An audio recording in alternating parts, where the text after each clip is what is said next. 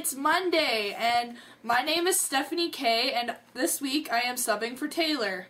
This week's topic is bullying. There are 6 different kinds of bullying. Physical bullying. This is when the bully uses physical contact to injure or hurt the victim. Some examples of this are hitting, punching, and kicking. Number 2, verbal bullying. Consists of things like name-calling, offensive remarks, or joking about a person's gender, ethnicity, religion, sexuality, or social-economical status.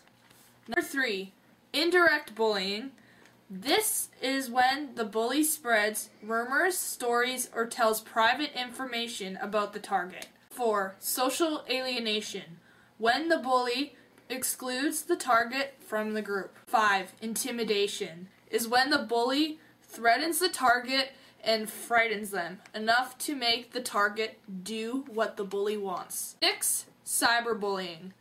This is done by sending messages, pictures, or sending information using electronic media, computers, or cell phones.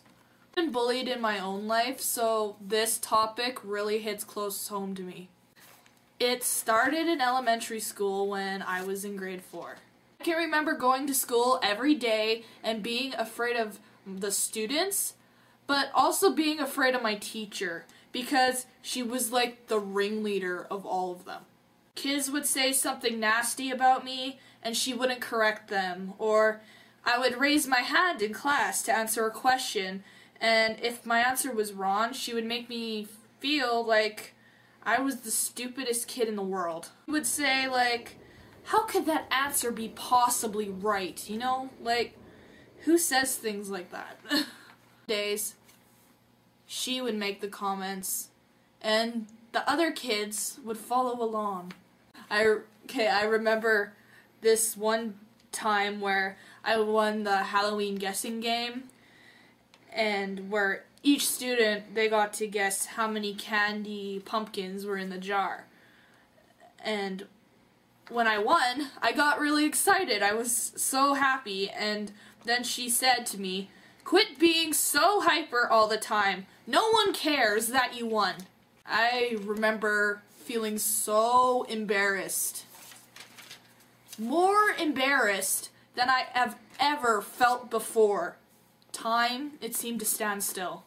This was only the first incident of bullying in my life, and it resulted in me getting a stomach ulcer in my intestines. I remember the doctors telling my parents that my stress level was equivalent to the average adult.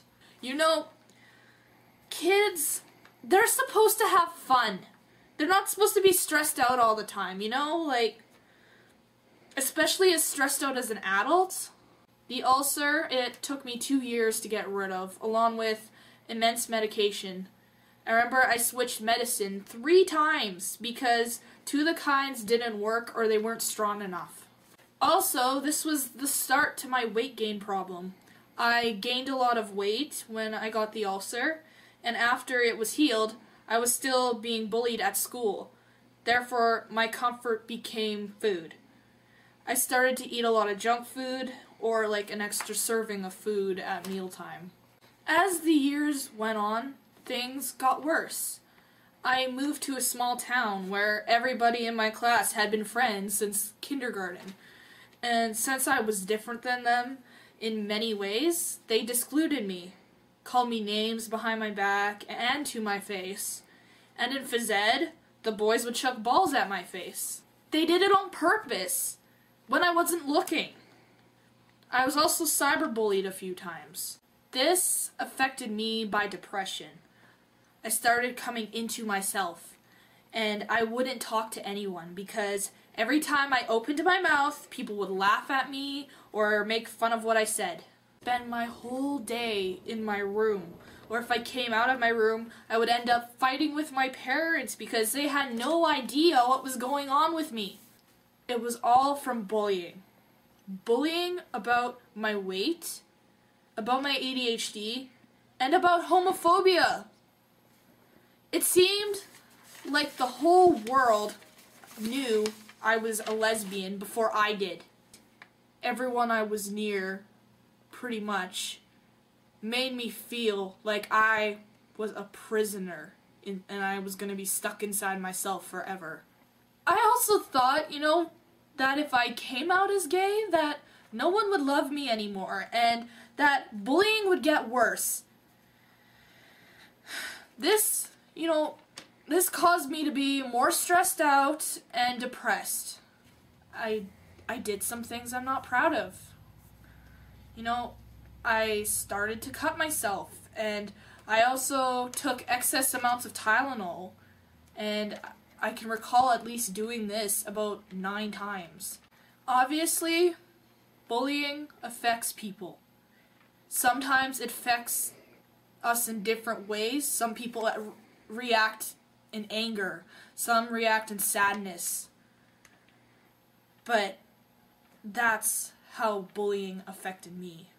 I absorbed all of their hatred of themselves that they placed on me into myself. Now, I have some advice for those individuals who are dealing with bullying of any kind. Number 1, talk to someone. Whether it's a friend, family member, or counselor, or even a support group online, it's better to talk about it than avoid the situation.